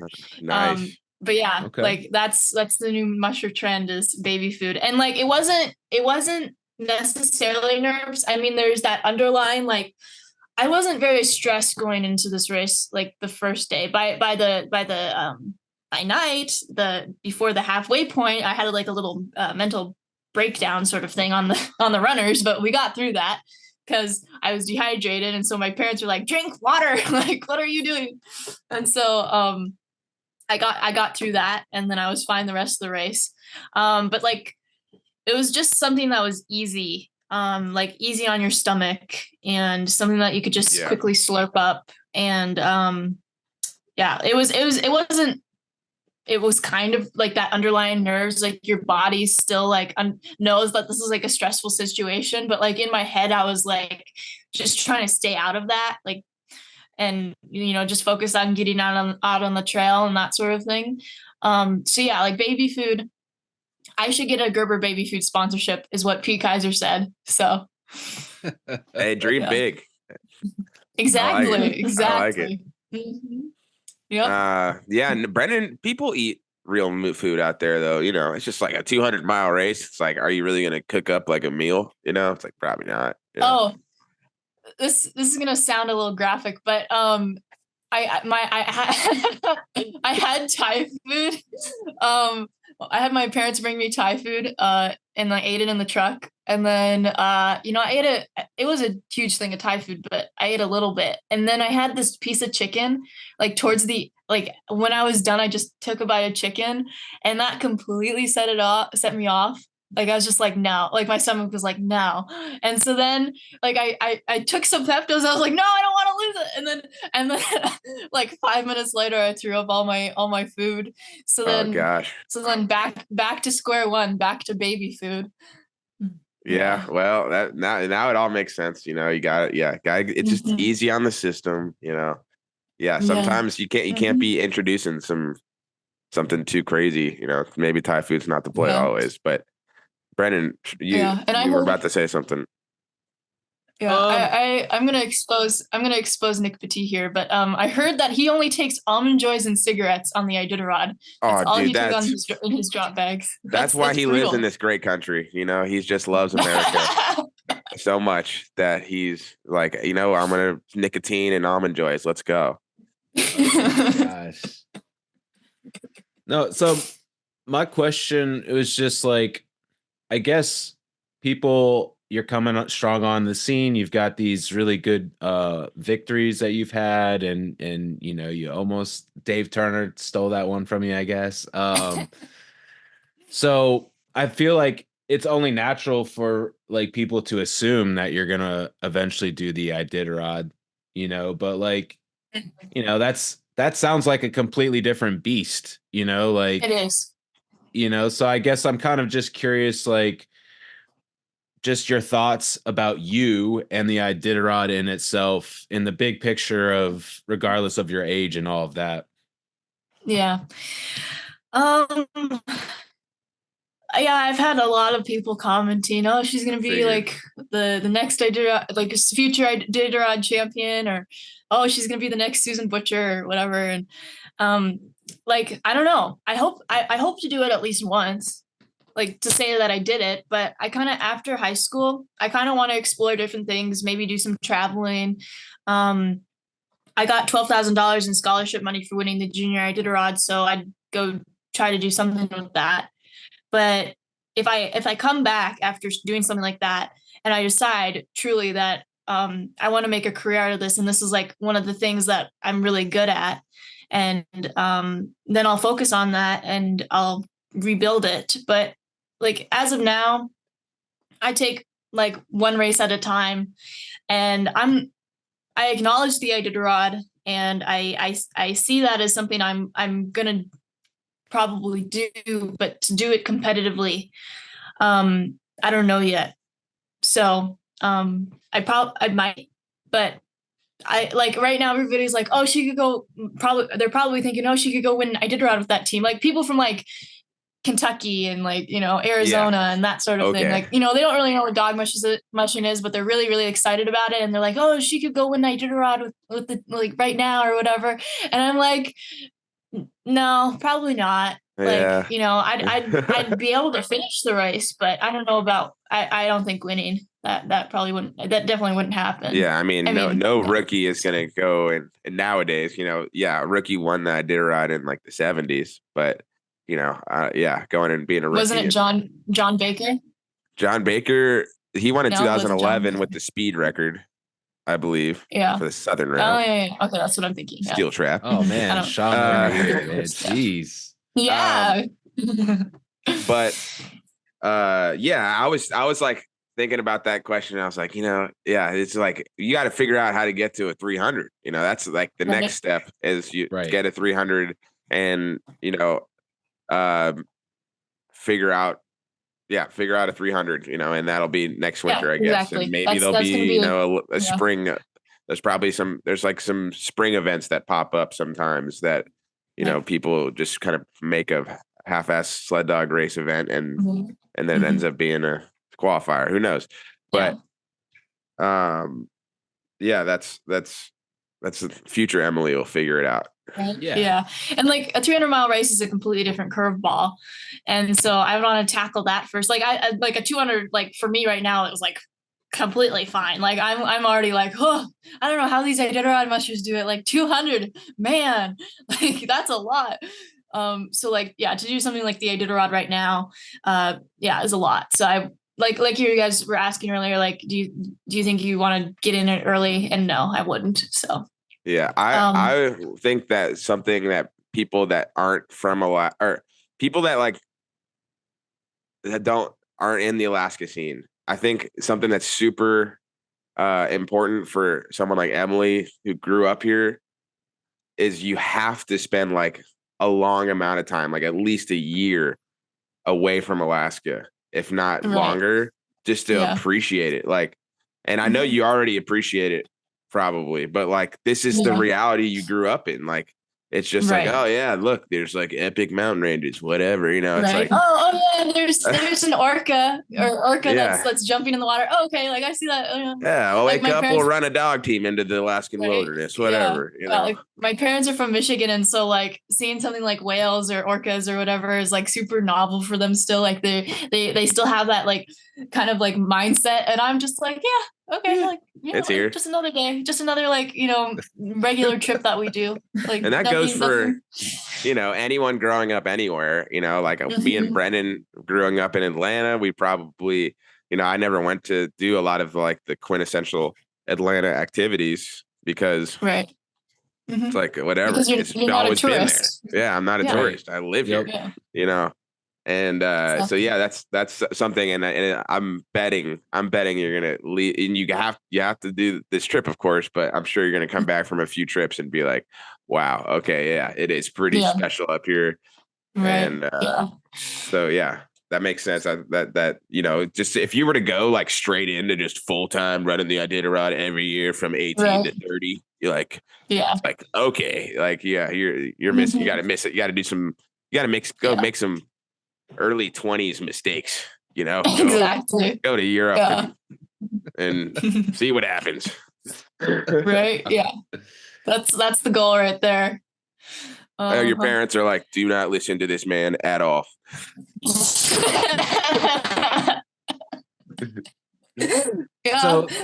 my dad's threatening me like, oh, you're gonna move out when you're 18. No, he's not gonna do that.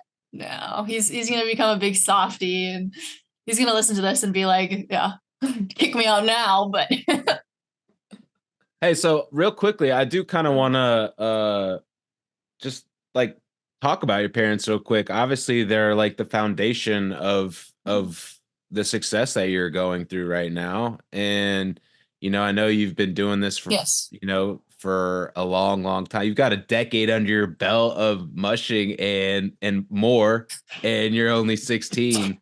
So just like, I don't know, just do you have like a fun story from when you were young, or just like, I don't know, I just kind of want to hear a little bit like less about, we've been focused a lot about on the race and stuff, but like just kind of talk about your parents, talk about your growing up and stuff. What did that look like?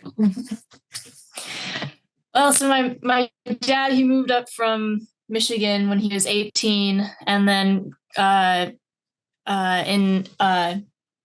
he worked with a professional Iditarod musher for a couple years, and then in 2001 he ran the Iditarod. So I've grown up with a kennel of about 20 dogs in my yard ever since I was born, and like it's just been something that we've always done. My dad, he could have made a professional Iditarod career, but my parents focused on having a family and focusing on that first. So they kind of put dog mushing on the side burner. And so growing up, I'd go out with my dad, and at first he put me on a tag sled, and I'd watch every single movement that he'd do. Like if he had one hand on the handlebar and one resting down, I'd copy that exact movement. If he was on the drag mat a little bit, I'd copy that exact movement. Like I was just like his shadow pretty much. And so I crashed quite a few times. One story is that I fell off my sled and my dad didn't realize. And so I was just left there. And so I was only like 5, 6 years old. And so I didn't know if he was coming back for me. I didn't know if he was like, my little tiny human brain was like, he's going another 100 miles and just left me behind. And so my dad, he went up just a little ways and turned the team around. Like that was where he was going to go turn them around anyway, I think. And so then it felt like forever for me. Like it felt like an eternity. And so then he comes back and I was on the tag sled, but I didn't want to ride on my tag sled anymore. I wanted to like sit in the basket, like do nothing. Yeah. So I think I might have done that, or maybe he made me ride on the tag sled again. I don't know. But yeah, I was bawling my eyes out and like, like, yeah, that was a memorable moment. And then I'm actually half deaf. So I can't I can hear out of my left ear, but I can't out of my right. And so my parents are always like, for them, they're like screaming across the dog yard when all the dogs are barking, Emily, and like I can't hear them sometimes. Like genuinely, like at first it like starts off like a normal tone, and then by the time I realize that they're talking, like trying to get my attention, they're yelling at me. And so then I'm like, what did I do? Like so, but then my mom, she like got me a whistle, and we dropped that pretty quickly because yeah, I just like I could have gotten hearing aids, but I didn't. But anyway, so then like I did that for quite a few years. I graduated from like a 4-dog team to a 6-dog team, but like this is over quite a long time. Like some other kids, they started pretty young, but one of my parents teaching strategies or ways to get me into chores was to hold me back. And so when I was young and my mom would be feeding dogs, I'd be like, I want to feed dogs with you. And she wouldn't let me. And so one time I remember like just going in a snowbank and crying because she didn't let me feed dogs. And so like there were times when I was growing up, you know, I'd get upset about something, and we had this one dog called Winter. And I thought it was winter, but it's actually winter. I figured that out like just a year ago. But anyway, I'd go to her and like if my woe was like, Mom won't let me feed dogs, I'd go cry with her. And then they eventually, like when I was 8 years old, they started letting me scoop dogs. And I was like, yes, I get to scoop dogs. And then pretty That's quickly hilarious. that died off. And now I'm like, I have to go scoop dogs. Yeah. And then right. with making dog pots and feeding dog pots, they didn't allow me to do that until I was like 12, 13. And so the first couple times I'd make a dog pot, I'd be like singing to the dogs, oh, I'm going to make you such good food. Like, yay. And then now it's like, I have to go feed it. I have to go make a dog pot. I have to go feed it. Like, ugh. So, yeah. And then another time, another fun story of mine, and I always tell this to my uncle. But so one time I was on my tag sled with my dad, and we went around this corner, and I fell off the sled. It's actually a pretty intense corner. It was when I was younger. Now it's fairly easy. But like we whipped around it and I fell off. And so I didn't immediately get off on the side of the trail. I stayed like just sprawled in the middle of the trail. And so then my uncle Don, he came around the corner with his like 10 or 12 dog team. And so he ran me over with this team. And I just remember seeing like the neckline, the gang line and the necklines and the dogs just running over me. And then I claim that he ran me over with a sled too. And so he ran over my back and I had this bruise. And then my auntie got really mad at him for that. But he claims that he tipped the sled up enough for him not to hit me, but I claim the opposite. So, but yeah, that's another childhood story. Very, very fun times. Also just like traumatic. your childhood, right, Brennan? Hey, just like ours. Just how we grew up here in Atlanta, Georgia. Absolutely, that's crazy. Well, nice. I just wanted to ask about your parents, and I know that they're like, you know, kind of a driving force behind what you're doing, and so, now we have that on record. You can like play back all those nice things you said about them, Yeah. and you can be like, "See, I love you guys. Thank you." Yeah. I'm trying to set you up there. Right? Yeah. Yeah. What was the word you used to describe a bucket of dog food? You said a dog fought or pot or pot. No, not a bucket of dog food, a dog pot. Dog So pot. it's like this big metal drum, and so it Oh, okay. has a dog pot. We're not cooking Right. dogs. No. We're No, cooking not what dogs. I was We're cooking implying, meat for the Emily. dogs in the dog pot. Yeah, dog pot. Okay, so you got a vat of dog food, pot. essentially. Yes, yeah. So making salmon and take all either the good. salmon, moose, caribou, and then you put 5 gallon buckets of water in there, and then you cook it for like an hour and a half, and then you feed it to the dogs. But it's a very lengthy process. We have a gas or a propane like thing underneath propane flame, but some people they use wood and stuff to use their dog pots. So Yeah, we did something like that at Jeff's, but then but I was like the first year or two we did that, and then we ended up just feeding them raw meat, and they loved that, lapped that up too. We only do that in the fall, like in the wintertime, unless we have puppies, and we'll make a dog pot sometimes. But right now we're not even doing that for our puppies. It's just feeding raw meat and stuff. So yeah, it's January. Yeah.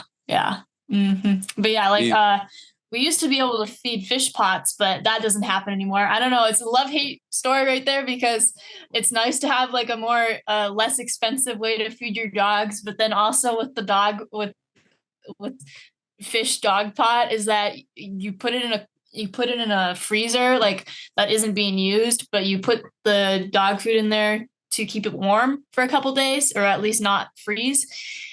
And I'll tell you what, that dog food, it's bubbling by like the third day, just like, and then it really stinks. And it's fun.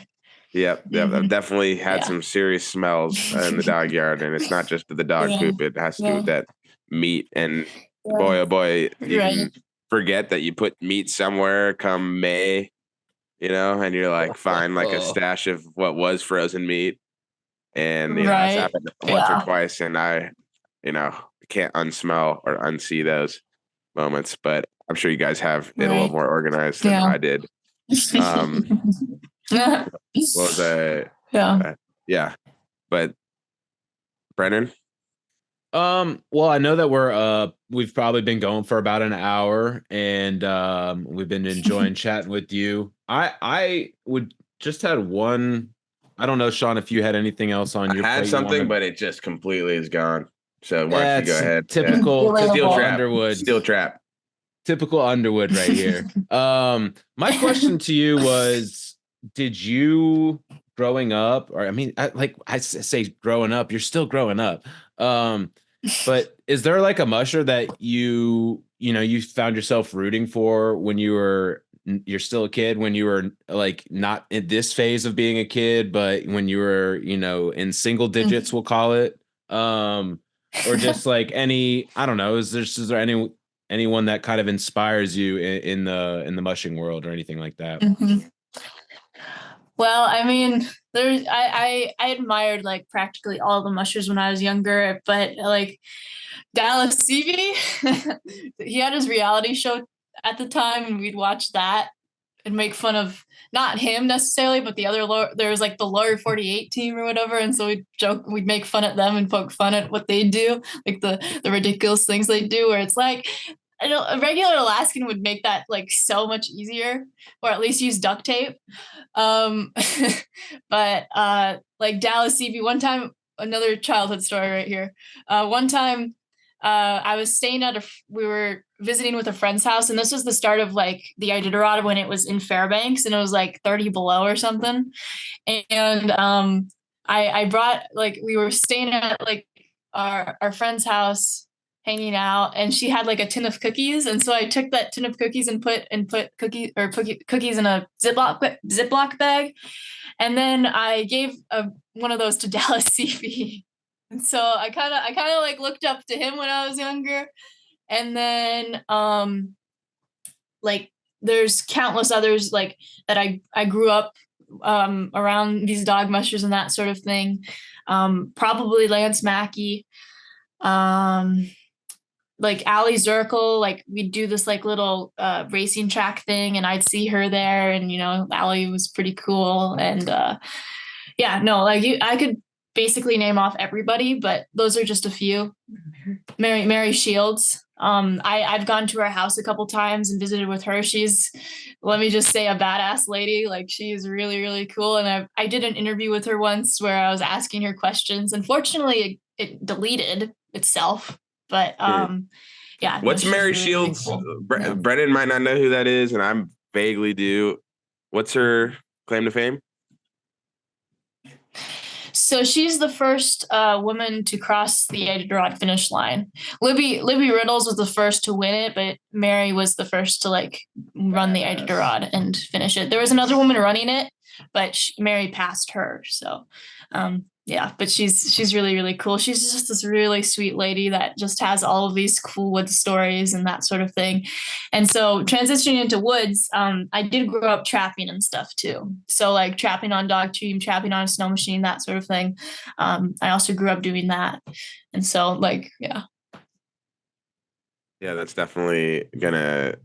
Yeah, you just like you're just gonna have the ability to handle adversity a little bit better growing up in the interior doing dog runnings and trapping and but people are going to be moaning and complaining about this and that. And you're like, you got to try making a dog pot.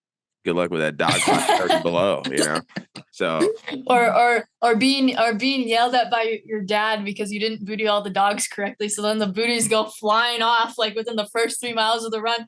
And then he says, I'm so mad at you right now. And his eyes are all red. Yeah, no, that's an experience right there. That's the way I learned how to booty dogs correctly. Nice. That's proper father like right there. I had Nick Petit come up to me and he's like, "Oh, I see your booties are always on when you cross the finish line." And I'm like, yeah, because I have a story that goes along with that. Mm-hmm. Pairs very well. Have the booty weight put on booties is like another, there's so many right ways to do all the mushing things. And some people just put them on and just want them to stay on and that's good enough. And some people, want to have the Velcro facing back because the Velcro won't have as much pressure. The Velcro side won't have as much pressure on like the tendons. So they'll have more flexibility especially in their front feet. Some people don't want to use elastic Velcro or elastic at all because it's, stretches too tight. But then the other ones that aren't elastic don't stay on. Right. So it's like, what's your master class on bootying? I've never heard the tendon theory. That was a Nick Petit special, actually. Yeah. Okay. It's like, yeah, facing backwards. That was like Copper Basin 5 years ago. I remember him saying that. And I was like, that does make sense. Like if you squeeze a dog's like wrist and then their like paw kind of goes like that. And you're like, well, yeah, I mean, that does probably limit motion. So put it towards the front or the back. The Velcro that is like the colored part of the booty or whatever would be on the back in theory, and it's probably like makes a 1% difference, but it's so much harder to booty that way. Like I'm so much slower doing it that way. I did the opposite of Nick. I usually put the Velcro towards the front. But I mean, I just put my thumb in there just a little tiny bit, and then I wrap it around. Yeah. Yeah. I mean, I don't. Bunch up. I don't have anything special. I just booty the dogs. Yeah, I feel you on that. It's especially when you get into day 2 of Knik and you're feeling a little loopy and you don't want to be thinking about if it's to the millimeter exactly like you want to booty it.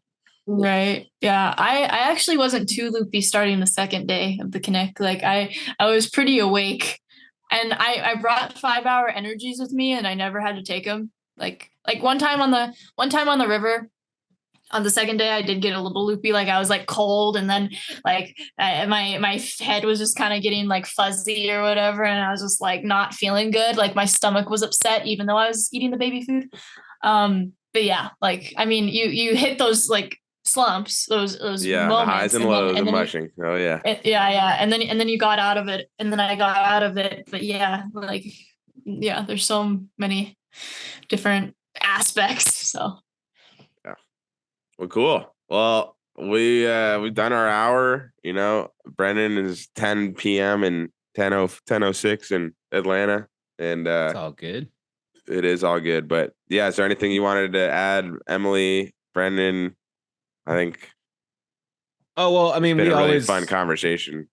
Yeah, it's been super fun. And Yeah. we always at least try to remember to give our guests a chance just to if you want to promote yourself. I know you have your Robinson Racing Kennel page.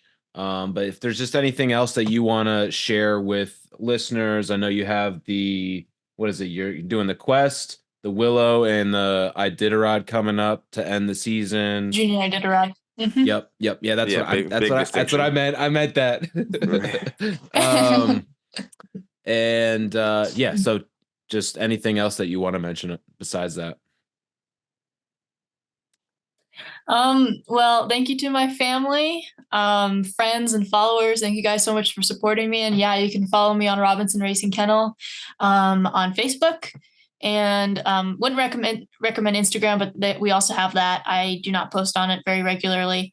So then also thank you to ManMat. I just received their box that they sent a bunch of dog gear to us and stuff. So thank you guys so much. The gear is beautiful. Yeah, no, thank you to all my sponsors. I really appreciate you guys, but especially to ManMat. I'm very excited for the new shiny collars and harnesses. But yeah, so that's pretty much it. And thank you for following my adventures. And thank you, Brendan and Sean. Yeah, thank you, Emily. I had a blast talking to you. We haven't really had too many opportunities to talk. So that this is, how often do you even really talk to another human being uninterrupted for 1 hour? Like, it doesn't happen except for on this. So it's kind of cool to do. It doesn't happen often. Yeah, I mean, I have my family and stuff. I mean, I talk to my friends every once in a while. But today I just had a radio interview too. So you could call me busy, but really I'm not. It's more of the junior mushers down in the lower 48. They get way more coverage than I do. Like people in North Dakota and Maine and stuff, they're constantly getting interviews and on the TV and that sort of thing. Me, I get my interview one here and there, but not that often. Like right after the Knik, like I've definitely gotten more coverage, but it's not that often that I get interviewed. So yeah, it's really fun. Well, this will probably go completely and totally viral with hundreds of millions of views, is what I'm thinking. Absolutely. Yeah.